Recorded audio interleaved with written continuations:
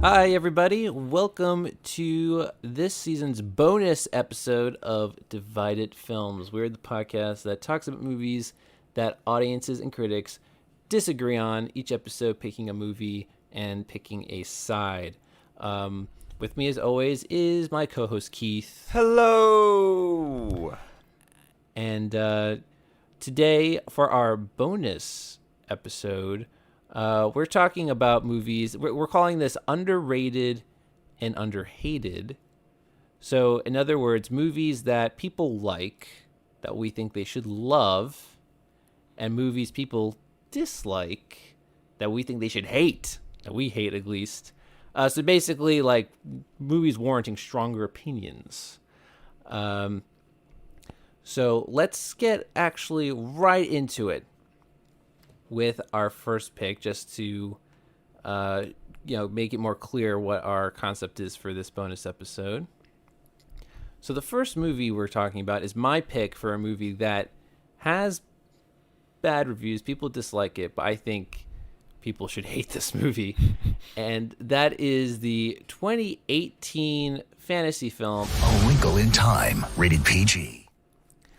This movie has like 42% approval rating from critics, and the critics' consensus on Rotten Tomatoes for A Wrinkle in Time is A Wrinkle in Time is visually gorgeous, big-hearted, and occasionally quite moving. Unfortunately, it's also wildly ambitious to a fault and often less than the sum of its classic parts. So, based on this consensus and other reviews I've seen, I feel like people are genuinely easy on this movie, right? I feel like people were like, oh, it has its moments. It's, it's maybe not great, but...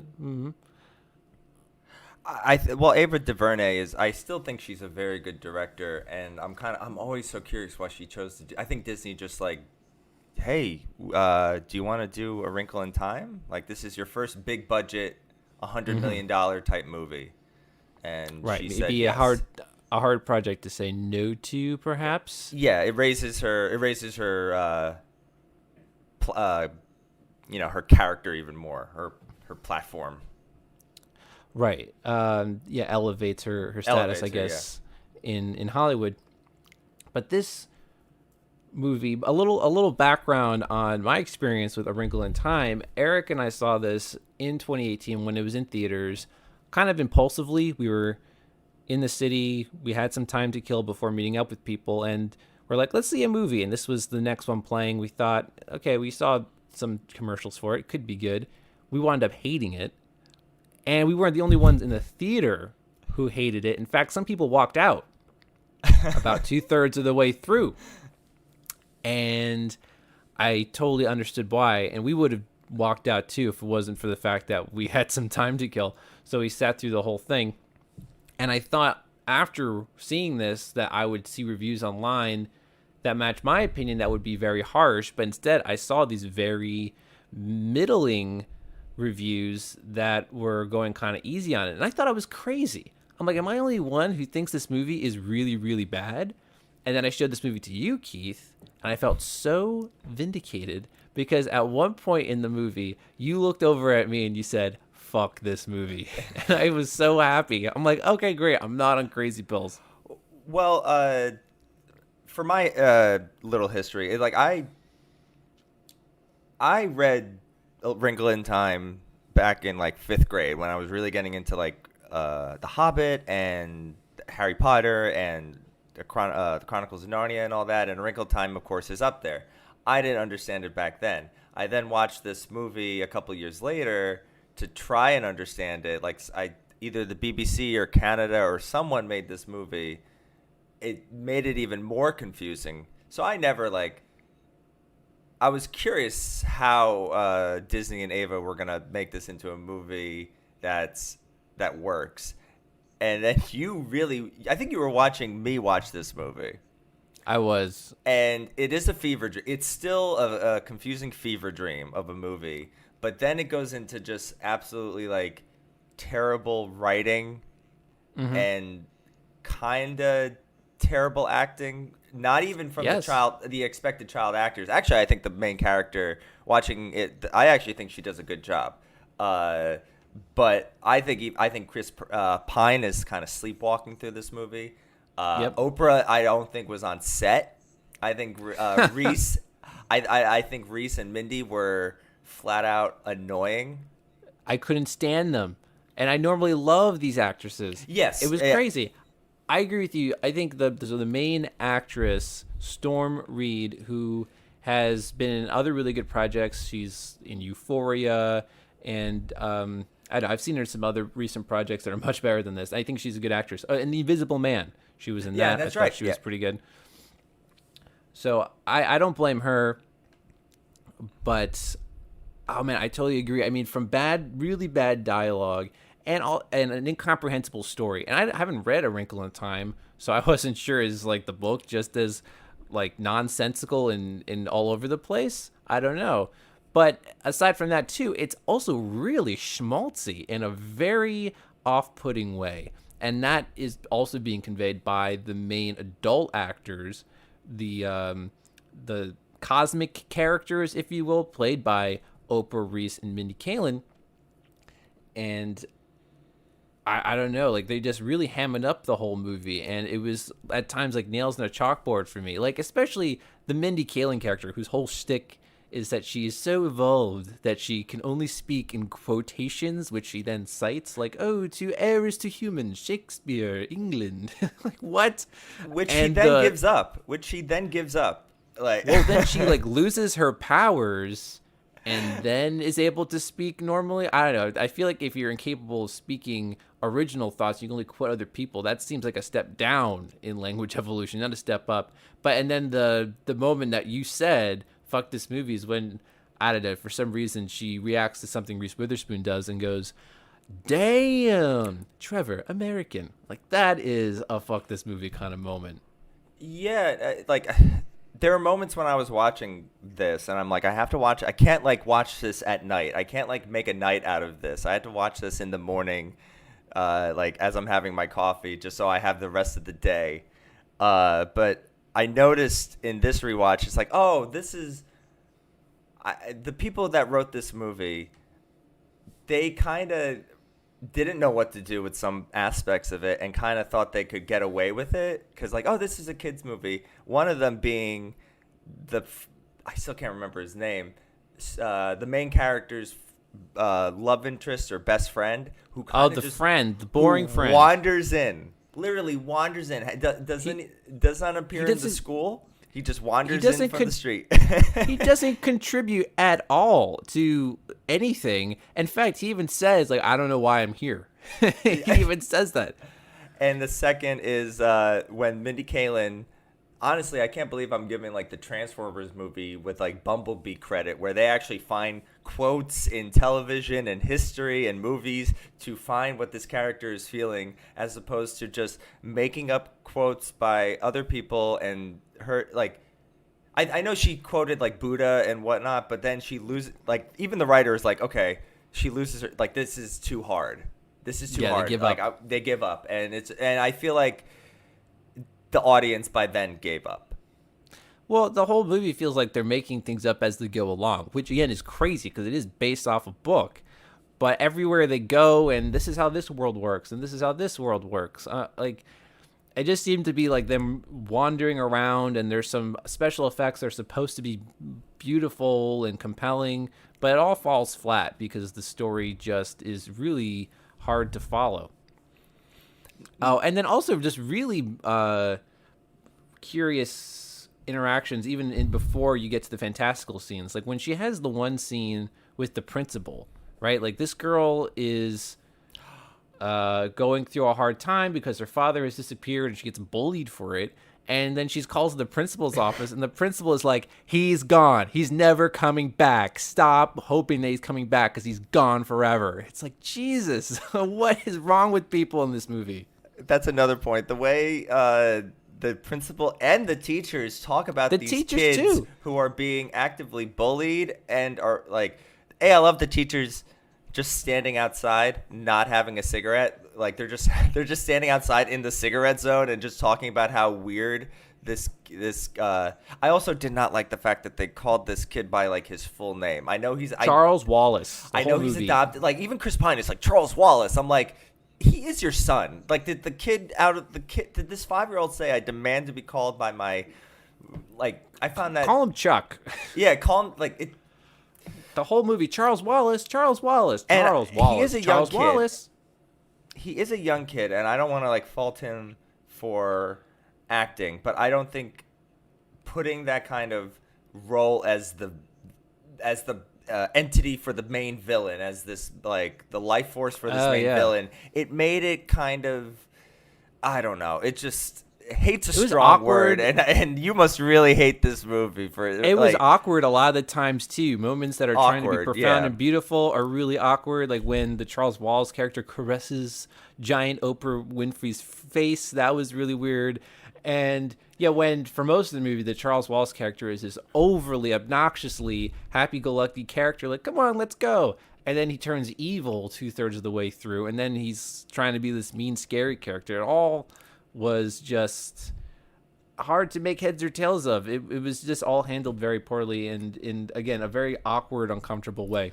It's a fever dream. Yeah, basically. But any movie that's way too schmaltzy for me is usually a red flag that puts me off in a really bad way. So that's where and also the fact that I felt like I was on crazy pills because everyone else seemed to be trying to buy into this or trying to say, yeah, it is beautiful and compelling at times. I'm like, what? At what point is this compelling or beautiful? I didn't get it. So it's like one of those things where when you feel like you're alone in your opinion, you kind of stew in it for a while and it kind of blows up and you kind of get more stubborn and adamant about it. That's how I'm kind of feeling about this movie. Well, yeah, you're right. There is like this kind of weird thing in the air of like, you can't, even though both the audience score and the critic score are both negative, I like Brie Larson did come out and say like, you don't want to hear what like people like us have to say about this movie. But I don't think kids I think kids are, if they're anything like us, they're just as confused as we are. Like I think everyone should be confused watching this. There are much better fantasy movies that deal with these same kind of issues that handle it better. I needed something to like hold on to. I need like a central groundwork of how things work in this fantasy, right? There needs to be something to latch onto as to when you go into these fantastical places, how do things work in this universe? And that's the only way I can put it. Something to hold on to. In this movie, I constantly felt lost because they go into all these different places where the rules are constantly changing. Yeah. And things just kind of look either weird or absurd or super colorful for the sake of it. So there was, again, nothing for me to hold on to, whereas really good fantasy movies kind of establish how the world works by showing it. And then so I kind of feel grounded and know how to navigate how that world works. In this case, they never established anything. Yeah. So, like I had to remind myself. I'm like, oh yeah, this is like parallel universes that don't really. Is it about parallel universes? I mean, no. They were traveling the universe by channeling sound waves. I think Chris Pine is stuck in the Hotline Bling music video set. He's stuck in some like DC Discovery Zone play world. Yeah, and I'm like, I guess he hasn't starved to death over the last 4 years in here.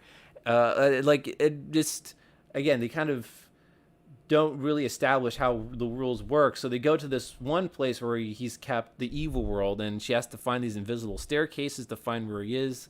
Again, they just, when you see things being made up as they go along, it's frustrating because there's so many other great fantasies or sci-fis where they really think through how things work and how that plays into the story. And it's more interesting to discover. It's more of a payoff when you discover things. And here, there was nothing for me to really get invested in or have pay off. So it was I get frustrated because that's like a lack of thought on where the creative process is. Like, put more thought into this. Oh, and you know what this movie did too, just to kind of hammer in my frustration? They did this weird trend that movies were doing for a little while, where before the movie starts in the movie theater, you get like some of the lead actors and the director who show up and they're like, hey, thanks for coming out to the movie. Thank you for coming to see and paying a ticket and supporting movie theaters. And I'm like, I'm here already. yes, I know. Just get to the movie, because at that point you already have seen 25 minutes worth of trailers, and now you're getting this weird 2-minute sort of thank you from the creative team. And it's like, a lot of work went into this movie, and it just pays off when people come out to the theater to see it. And it's like, yeah, I know how it works. I gave you my money. I'm here now. Play the goddamn movie already. Would you like it if like one of those is like, look, we only had $6 million. We did the best we could. Just like go easy. Someone apologizes. Easy. Yeah, like what if a director is just like, go easy? Like it wasn't like, this was a tough shoot. We did our best, damn it. I'm not saying that no effort went into this, but I think they tried. I blame the source material. And right. Granted, I know people can like this movie. It has, you know, pun intended, stood the test of time. Like it's been popular since the 60s. But I think the source material is confusing, and the screenplay did not kind of made it worse. Right. And this is not the first adaptation of this work. So maybe, I don't know, maybe this is not the kind of thing that should be adapted to screen, or at least not in the form of film. And we're ones to advocate for like miniseries. So maybe you could do something like that. Probably. It would I would actually get to know these characters. Right. And again, be able to establish how things work a little better without just throwing us in there. So there you go. That's A Wrinkle in Time, my movie that I was like, this is worse than bad. Hate's a strong word. That's why this hate's a strong word, and maybe like that's just kind of my hook for the premise of this episode. So strongly dislike. You always pick good. Again, people did work on this movie and put a lot of effort into it. So again, not to totally crap on it, but just from again a conception point of view, it was very frustrating. No, you always pick good ideas for bonus episodes, and like this one was a bit challenging, just because the idea of like what needs to be elevated and de-elevated. Right. So that kind of transitions into your pick for a movie that was generally disliked, but you feel like warrants a stronger reaction down that slide of, you know, again, maybe hate, stronger dislike. And that pick by you is Disney's Mulan, rated PG-13. Yeah.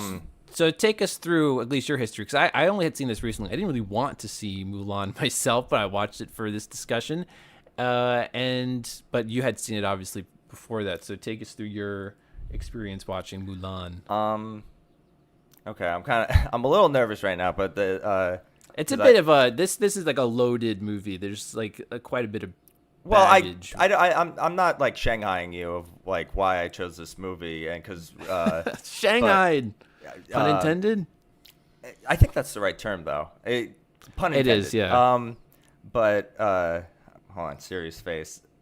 Well, real quick, actually, Mulan does actually have a positive score from critics. It does. Actually, crazy enough. I want to get into that just in a bit, but it's I was kind of excited about this movie in terms of all the Disney remakes. Even the trailer was kind of like, oh, they are doing something different with it.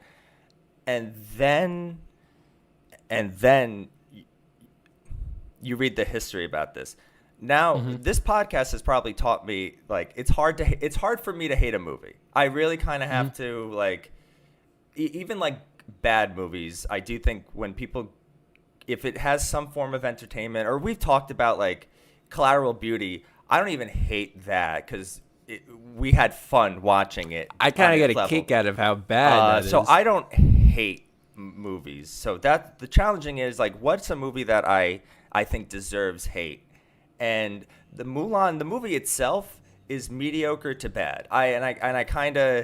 But I hated myself for watching this.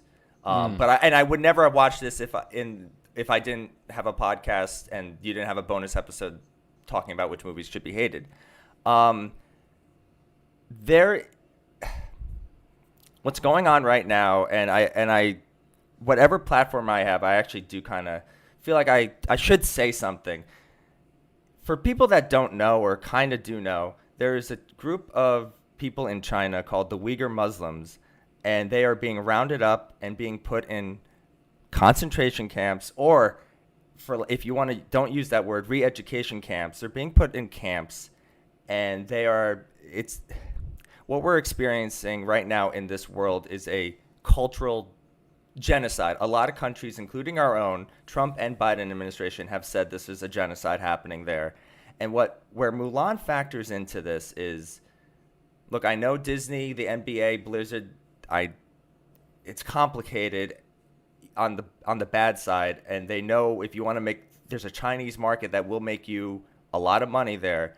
But Mulan filmed in Xinjiang, which is where those camps are. They filmed basically in the same place where Auschwitz or Dachau is. And not only that, they thanked the security guards of those camps. Now, we just got reports that, now it just weighs on my soul that this is happening. But the fact that this movie exists in 2020, I think people have been criticizing Disney for decades. And I think if you, as a person living in this world right now, we can criticize and talk about Song of the South and its implications and its terrible history. This is 2020, and this also filming this movie with these, it's kind of morally reprehensible. It weighs on my soul, and I just want to bring attention to it because we did say never again, and it just feels like we're allowing it to happen again. It is absolutely, I'm getting emotional. It's when you read about people that have made it out of these camps, it is terrible. And I don't like to be not funny or silly for this long, but I don't know how you can call yourself a liberal or woke or progressive and not put this on the forefront of your issues. And look, I'm not someone who has answers to this.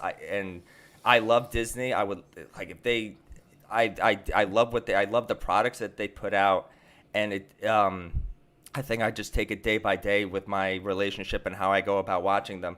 But you can't deny that this movie, made in 2020, is kind of the ethical and the moral reasons to hate this movie. It's just, they should be absolutely bold, underlined, italicized, ashamed of themselves because and it also backfired on them because this movie, on top of having a virus, a pandemic, China did not like this movie either. So they didn't like the 1998 animated version either. They don't seem to be a fan of Americans telling Chinese stories. Yeah, look into why China does not like Black Panther, or they're not even. Oh well, they have a lot of reasons for not liking a lot of American things. They're worried about. Marvel is worried about because the trailer for Shang-Chi did not get a good review, and Chloe Zhao is directing the Eternals, and she has spoken out against China. So I think Disney and Marvel are kind of worried. I just read they don't know how those movies are gonna play, or are they even gonna get seen in China? Well, you know what? There's this. Thank you for letting me say. I'm so my heart is racing. No, man, that's a powerful thing that you said there, and it's definitely worth saying because it's this giant elephant in the room with this movie. Whenever we like a lot of things under the Disney umbrella there, but this movie is there with all of this horrible history behind it. And in terms of Hollywood's relationship now with China, you're right. It is a very hard thing to reconcile because, for the last 10, 15 years. The global box office is kind of how movies are measured successfully, and China plays a huge part into that. And so a lot of times now when movies are being distributed into foreign markets, there's this consideration of how to market to China, and then there's all these really shady sort of ways to accommodate that, right? Like removing certain characters from movie posters and promotional materials. And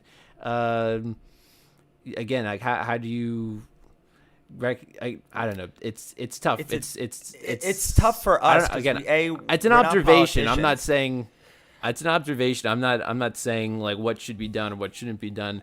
Yeah, but it is kind of this weird integral part of the business of Hollywood. And again, how do you reconcile having to do business with a country that is doing things that should be stood up against, but again is a huge contributor to the success or failure of a lot of movies that are made these days. I don't know. It's complicated for us, especially like we don't have yeah. any power. We don't have I mean, I think that's why it's like when I decided like I'm going to do this movie, if I just spent this episode talking about the movie, and the movie is bland, it's mediocre, it's boring. But if you find yourself defending this movie or even liking it, and the critics who did it is like critically fresh and all that, I think they have some soul searching to do.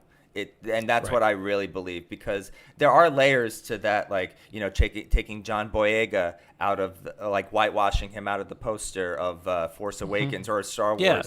Yeah. At the bottom of that is the genocide of the Uyghur Muslims, and the fact that they filmed in the town and thanked the guards. I don't know if I was part of that movie. And Grant, I'm not like the actors. That's one thing, but the writers, that's another thing. But like, I don't know if I was like a producer on this film. I don't know how I could sleep at night. Yeah, you're right. There was a conscious decision to film there, and there's no way to ignore what was happening there. And yeah, you could you put this movie out there like it's any other movie, and it's not, because of how it was filmed. So moving on, please. we like to end things on a positive note, which is why we usually end these bonus episodes, start with the negatives and then move on to the positives. So now movies that we feel like deserve more love, movies that were liked but we think should be loved. And so my pick for that is the 2006 dramedy Stranger Than Fiction. Well, that sounds like a comedy. Rated PG-13. Starring Will Ferrell. And this movie has a 73% approval on Rotten Tomatoes, which I think is way too low for this. I would agree.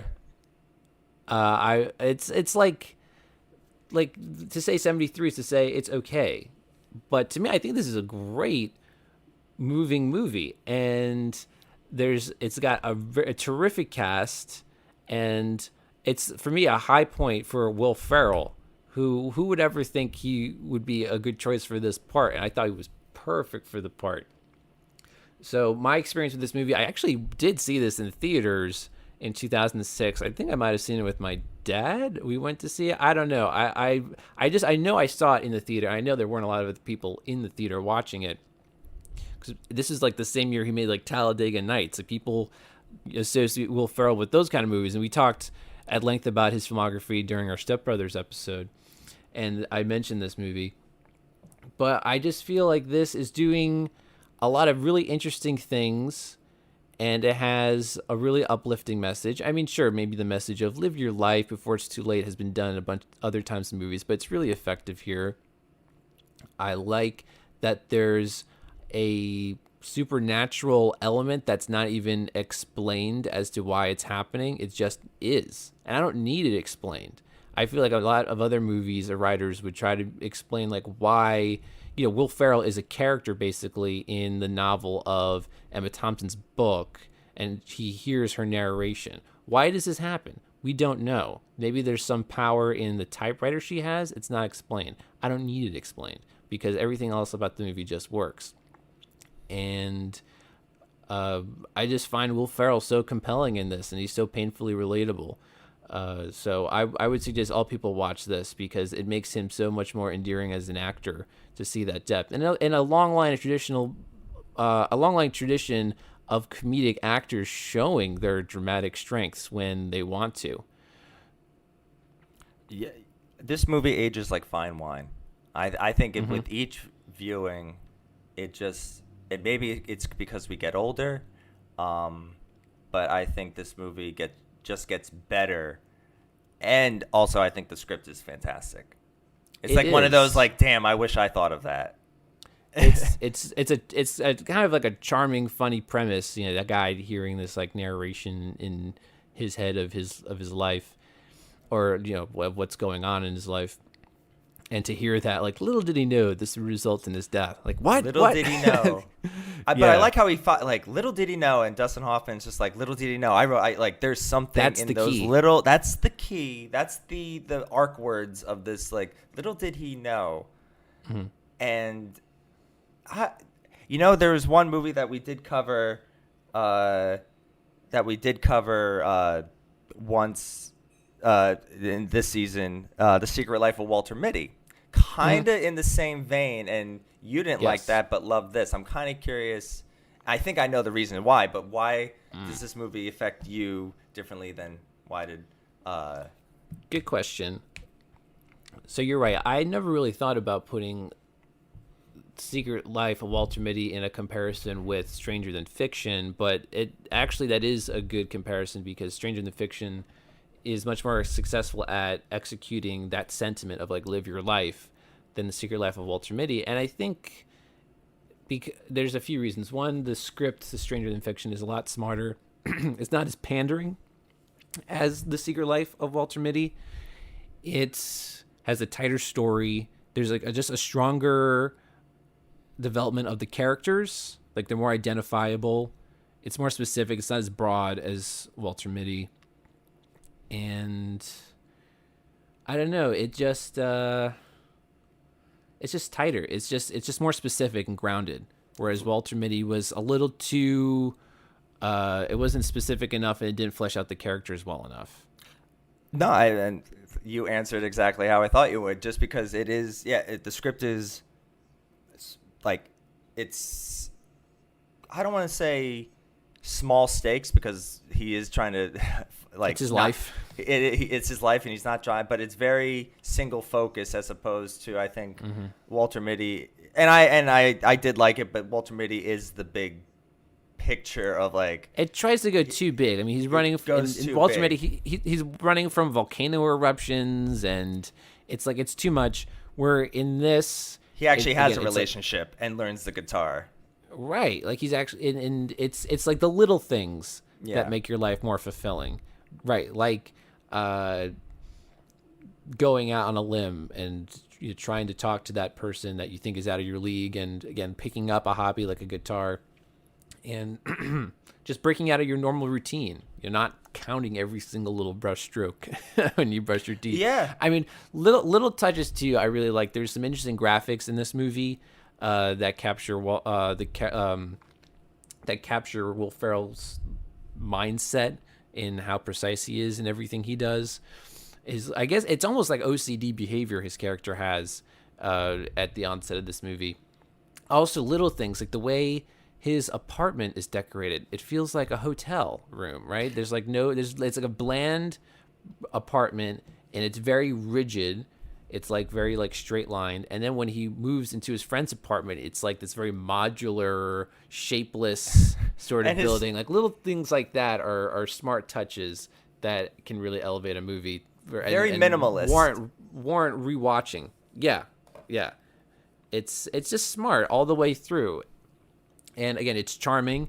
The other characters bring a lot. I think Maggie Gyllenhaal is really strong in this. In her character, she's like very well defined. Same thing with like Dustin Hoffman. Even like, Queen Latifah, I feel like brings like an air to her character that could have been more forgettable. Like I don't know, she brings like a strength to the character and an agency to this like over the top writer of Emma Thompson's character. Everyone's bringing something to the table here, and it all works. Yeah, there are two moments in the movie that like still stick out for me, and kind of elevate it into why we think, why you especially should this be a classic. Is the first is when Dustin Hoffman tells Harold Crick that you have to die. This is a masterpiece. Yeah. Like for the good of the art, you have to die. And Harold reads it on the bus and kind of accepts his fate almost. Like, yeah. And kind of you're kind of like giving up everything that you did. You're giving up the girl. You're giving up kind of the life that he was making for himself, and then the one that kind of really solidifies it for me is when Emma Thompson meets Dustin Hoffman's character, and he's like, well, "What do you think of?" I changed the story, and also clever twist. I don't maybe want to spoil it, but clever twist. And the story is just, it's okay. And she's like, well, I'm okay with that. Like I wrote like, and there's something she's also going through an identity crisis too. Like just she has a whole arc too as a writer, struggling with writing this book and coming up with ideas, and you get into her head a lot, which I really like. And that's what this is the third time I'm probably seeing this movie, and I think probably it has to do with me getting older and just trying to do what I love while also be the person who, work, not have a chance to do what I love, and just trying to find that time management. And it's always, I don't know, this movie does hit harder in good ways the more you watch it. And yeah, exactly. Making the time to do the things you love, which makes life all the more worth it, and can really add things into your life that you would never expect. So, really,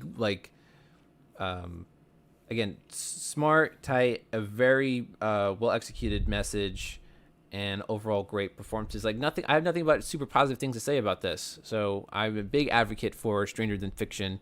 Everyone should go see it. And it should be a classic. So we can now, I think, move on to your pick for a movie that people just kind of that should be getting more love, and that is the 2016 coming-of-age movie Sing Street, in theaters April 15th. Oh, I love this movie. And the thing, I don't think people know about this movie.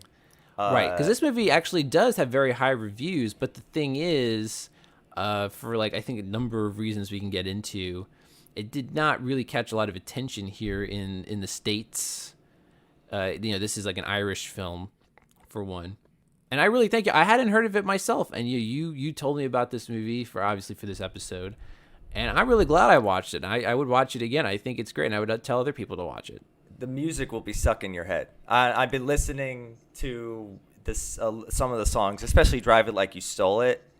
That has found its way into my music this week, just because it's so addicting.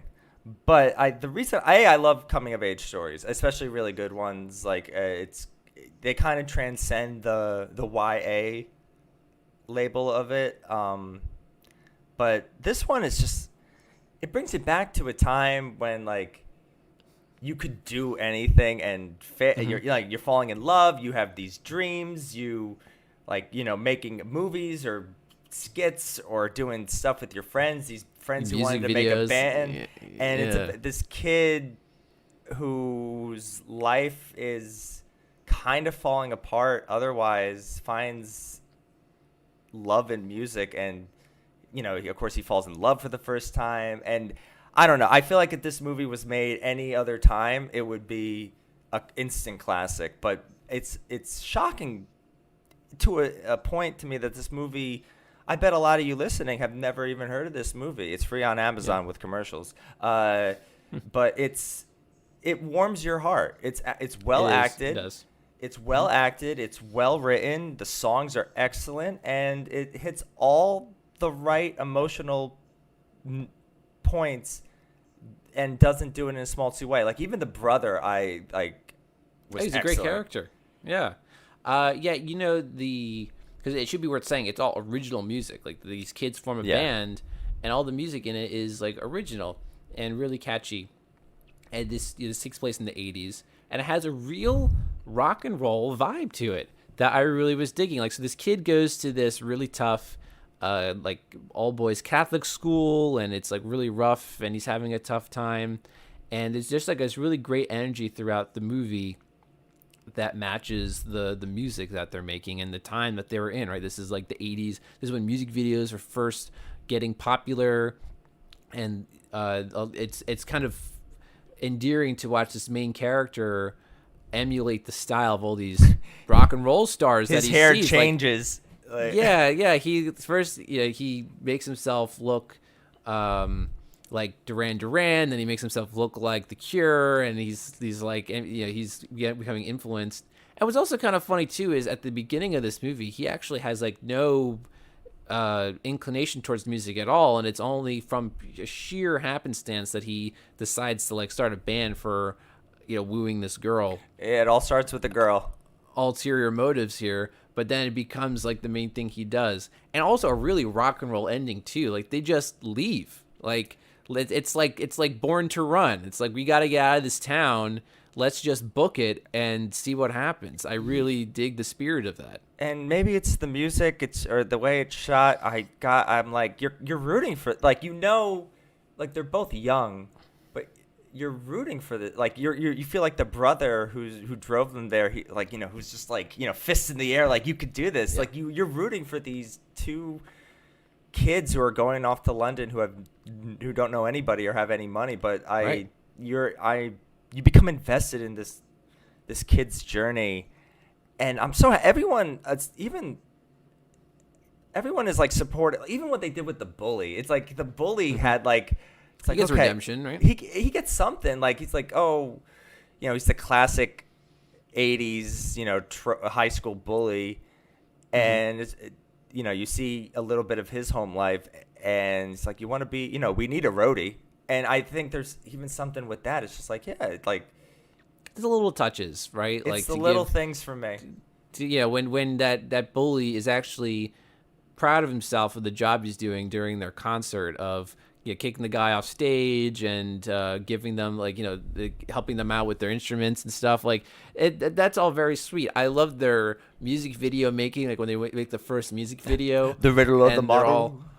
Yeah, it's just it's very cute how all of them, because there's like 6 or 7 of them in this band, and they're all kind of doing these funny little quirky things. Like the one kid with the keyboard gets he tries to position himself so he's like more in frame, and then the one guy for some reason brings vampire teeth, and they're dressed all eclectically. Like there's it's a lot of character based humor. Yeah, that and pays off. They have that Stranger Things like chemistry where they definitely, I feel like they all became like friends during this shoot, and also they reacted how kids, not even specifically in the 80s, how boys would react to like the costume. Like, I only have a cowboy costume, or or like how they would react to makeup.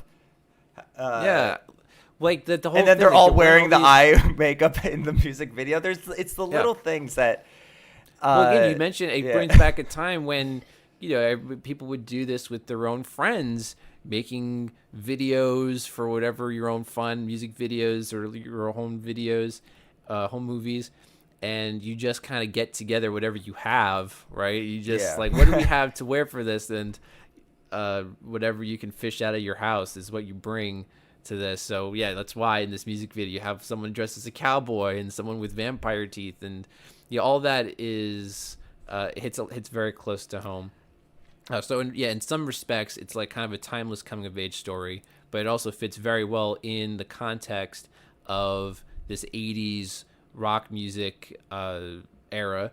And also, I guess what was going on at the time in Ireland, like it was like a very rough time economically, and it's like we just got to get out of here. There's like nothing for us here. Again, it's just a very rock and roll attitude. Like just go for it and see what happens. And the reason I picked, because I think both of our movies I kind of created like a new section of classics, because between when I watched this movie and now, a lot of movies kind of did pop up. I'm like, oh, that should be a classic. No, that should I feel like everyone has those movies. Everyone, people listening to this, you have those movies in your life that should be elevated into classics that you think. And the reason I chose Sing Street is not only nobody knows about it, like it completely went unnoticed. I watched it on Netflix. It was the last movie I watched of the year. I remember, like, I think I was about to head out to a New Year's Eve party, but I was killing time, and I watched this, and I'm like, I'm so happy that was the last movie I watched of 2016 or 2017. I just remember watching it on Netflix. And I remember telling people at the New Year's party, like, no one heard of it? And no one still heard of it. Yeah, that's a shame that people aren't as aware of this, but the title did sound familiar when you told me about it. I'm like, Sing Street. Maybe I did hear about this when it came out. I don't know. And then it hit me when I was reading about this. This was supposed to be a Broadway musical that would have opened last year had it not been for the pandemic. And hopefully it does open up later this year when the rest of Broadway opens up. And watching this, I'm like, yeah, this totally would work as a Broadway musical. I mean, there's kind of like this thing of taking like Irish movies that have a musical element and making them into Broadway musicals. Like there's Once. It's by the same guy, too. Oh, okay, there you go. And then also, did Billy Elliot take place in Ireland? Or that was like in England, maybe? That might have been in England. Well, oh God, I don't want to say anything controversial. I was going to say we split the difference and say Wales, but I don't. No, we do have some listeners. We do have some people who listen in the UK, and I don't want to upset anybody, but I'm not entirely sure. In general, I think it's England. Yeah, Irish UK movies that have a musical element, and then you make it into a successful Broadway musical. There's like some weird trend with that, but I mean it works. All those movies were ripe for musicals, and this one certainly is. So I would definitely be interested in seeing that. I'm imagining all the songs being big numbers, like the one song when they're rehearsing for the concert, and then you see the fantasy in the kid's head. Like that could be a really great show-stopping number. And you get to see Littlefinger dance. Yeah, Aidan Gillen in this. Probably the most recognizable actor for American audiences. We're kind of doing it's funny enough that the first episode that we did this season was Bohemian Rhapsody. And then we go back, and not only do you get Aidan Gillen in this, but Lucy Boynton, the main girl. She was the love interest, or the main girl in Bohemian Rhapsody. That's right. We're ending on a book circle. Bookends here. Bookends, yeah, full circle moment here for our spring season of Divided Films. So that's where maybe people in New York, if you've seen the ads for Sing Street that that would have led up to its premiere, then maybe the title sounds familiar. But otherwise, check it out, guys. Check out Sing Street. Check out Stranger Than Fiction. Yeah, if you haven't already. Giving more love to movies that deserve them, that we feel that deserve them. The great discussion here, Keith. We covered a lot. Yeah, great season. Thank you to all our guests and all the people that have listened to us. I feel like this is probably the season we've agreed with the audience more often than the critics, because I found that in the past, a lot of times we agree with critics more often than not, and I don't want to come off as too snobby. So I'm glad we're getting a little more balanced here. If anything, we're halfway. We're like split. That's what I feel a lot of times when I see these divides. I can see both sides of it. So we'll see where that trend leads, and when we eventually, feel like we've can conclude the podcast as a series, we'll see where we finally landed overall. Oh, I think we've done the magic of being the voice of the people and of the critics. Yeah, exactly. Advocate for both, and everyone's always, each side has their points for every movie. So we'll continue with that. And they definitely have some movies in mind already for next season. So that'll come this fall. So keep an eye out for that. And our 50th episode. Yes, we will approach our 50th episode next fall, which is exciting. So an exciting landmark for us to hit. So thanks everyone for listening to all of our episodes. And I hope everyone enjoys their summer, and keep an eye out next fall for our 5th season of Divided Films. So thanks a lot, everyone, and see you next time.